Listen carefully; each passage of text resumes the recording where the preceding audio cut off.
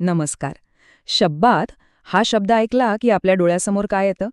एक आरामाचा, सुट्टीचा दिवस, बरोबर? पण काय होईल जर मी म्हटलं की शब्बातचा खरा अर्थ काम न करणं हा नाहीच आहे? उलट एका विशिष्ट प्रकारचं काम करणं हा आहे? चला तर मग या स्रोतांच्या आधारे यामागची खरी गोष्ट काय आहे ते समजून घेऊया. खरंच, आपण सगळेच शब्बातबद्दल विचार करतो नाही का? म्हणजे नेमकं काय? कामातून मिळालेली एक हक्काची सुट्टी की शांतपणे घरी बसून आराम करण्याचा दिवस?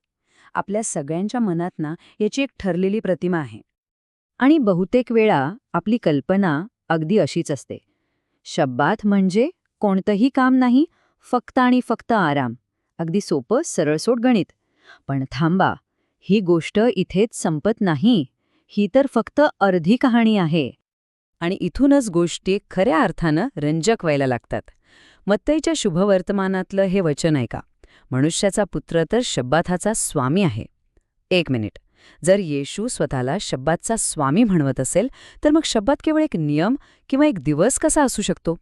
याचा अर्थ आपल्या नेहमीच्या समजुतीपेक्षा खूप खूप खोलवर आहे. तर मग सगळ्यात आधी आपण जी पारंपरिक कल्पना आहे ना, तिलाच जरा जवळून बघूया. आणि हा प्रश्न त्या पारंपरिक कल्पनेला थेट आव्हान देतो. मत्ते 12:5 मध्ये स्पष्ट लिहिलंय की याजक शब्बाताच्या दिवशी मंदिरात काम करायचे आणि तरीही ते निर्दोष मानले जायचे. आता विचार करा, जर नियम फक्त काम न करणे हाच असेल, तर मग हे कसं शक्य आहे? म्हणजे आपण नक्कीच काहीतरी महत्त्वाचं विसरत आहोत. चला तर मग आता पडद्यामागे डोकावूया आणि या स्रोतानुसार शब्बातचा खरा उद्देश काय आहे ते शोधून काढूया. आणि हा दृष्टिकोन तुम्हाला नक्कीच आश्चर्यचकित करेल. तर खरा मुद्दा हा आहे, शब्बात म्हणजे हातपाय जोडून शांत बसण्याचा दिवस नाहीये, तर तो एका विशिष्ट कृतीचा दिवस आहे.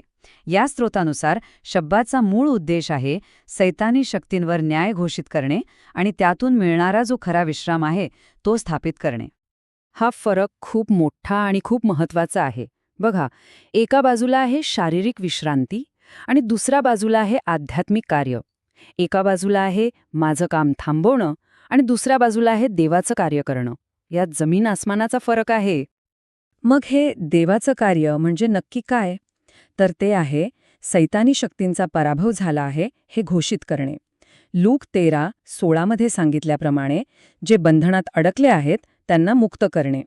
आणि या न्यायाच्या प्रक्रियेनंतरच खरा चिरस्थायी असा विश्राम मिळतो. आता आपण या युक्तिवादाच्या पुढच्या आणि अत्यंत महत्त्वाच्या टप्प्याकडे वळूया. येशूचं हे विधान नीट ऐका. तो म्हणतो, येथे मंदिरापेक्षा कोणीतरी थोर आहे. तो स्वतःला थेट मंदिरापेक्षाही श्रेष्ठ म्हणवत आहे. या एका वाक्यातून आपल्याला एक महत्त्वाचा क्रम समजायला लागतो. आणि हा आहे तो महत्त्वाचा क्रम. सगळ्यात वर आहे येशू म्हणजे देव स्वतः. त्याच्या खाली येतं मंदिर आणि मग सर्वात शेवटी येतो शब्बात. याचा सरळ सरळ अर्थ असा होतो की शब्बातचं महत्त्व मंदिरामुळे आहे आणि मंदिराचं महत्त्व तिथे असलेल्या देवाच्या उपस्थितीमुळे आहे. ही साखळी अगदी स्पष्ट आहे. यामागचा तर्क अगदी सरळ आहे नाही का? पवित्रता ही दिवसात किंवा इमारतीत नसते, तर ती देवाच्या उपस्थितीत असते. मंदिर पवित्र होतं कारण देव तिथे वास करत होता.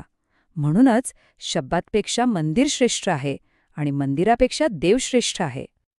आणि आता आपण या सगळ्या विवेचनाच्या कळसावर पोचलो आहोत. शब्बातचा खरा अंतिम अर्थ काय आहे? उत्तर आता आपल्यासमोर येणार आहे. आता हा विचार नीट समजून घ्या. हा खूप मोठा विचार आहे. येशू केवळ शब्बातचा स्वामी किंवा मालक नाही, तर तो स्वतःच शब्बात आहे. तोच खरा जिवंत विश्राम आहे. हे चित्र सगळं काही स्पष्ट करतंय. जिथे येशू आहे तिथेच खरा शब्बात आहे. तो लोकांना बरं करतो, दुष्ट शक्तींचा नाश करतो आणि स्वर्गाचं राज्य आणतो. म्हणूनच जेव्हा तो शब्बाताच्या दिवशी कोणाला बरं करायचा, तेव्हा तो नियम मोडत नव्हता. उलट तो शब्बातचा जो खरा उद्देश आहे तो पूर्ण करत होता. ठीक आहे, पण या सगळ्याचा आज आपल्यासाठी काय अर्थ आहे? चला आता हे पाहूया की ही गोष्ट आपल्या दैनंदिन जीवनात आपण कशी लागू करू शकतो. आणि इथे पवित्र आत्म्याची भूमिका खूप महत्त्वाची ठरते. बघा, ज्याप्रमाणे मंदिरात देवाची उपस्थिती होती, अगदी त्याचप्रमाणे पवित्र आत्मा विश्वासणाऱ्या प्रत्येक व्यक्तीमध्ये वास करतो आणि त्याच्या शरीराला एक जिवंत मंदिर बनवतो. आणि म्हणूनच या स्रोताचा निष्कर्ष हा आहे की शब्बातचं तत्व आता एका दिवसापुरता मर्यादित राहिलेलं नाहीये, तर पवित्र आत्म्याद्वारे ते विश्वासणाऱ्याच्या जीवनातल्या प्रत्येक दिवसात विस्तारलं आहे. प्रत्येक दिवस शब्बात बनू शकतो. मग आपण दररोज शब्बात कसा जगू शकतो यासाठी 3 सोप्या पायऱ्या आहेत. 1. पवित्र आत्म्याला शरण जा. 2. सैतानावर देवाचा विजय झाला आहे हे घोषित करा. आणि 3. आपल्या आजूबाजूच्या लोकांच्या आयुष्यात स्वातंत्र्य, दया आणि आरोग्य आणण्यासाठी काम करा. हे आहे खरं शब्बात कार्य. येशूचं हे वचन या विचाराला आणखी पक्क करतं. देवाचं तारणाचं आणि पुनर्स्थापनेचं कार्य हे अविरतपणे चालू आहे. ते कधीही थांबत नाही. आणि हे आपल्याला एका खूप महत्त्वाच्या प्रश्नावर आणून सोडतं. जर शब्बात म्हणजे केवळ आराम करणं नाही, तर सक्रियपणे देवाचं कार्य करणं असेल, तर मग खऱ्या विश्रांतीचा अर्थ काय आहे? कदाचित खरा आराम आपल्या कामातून पळून जाण्यात नाही, तर देवाच्या कार्यात सामील होण्यात आहे. यावर नक्की विचार करा.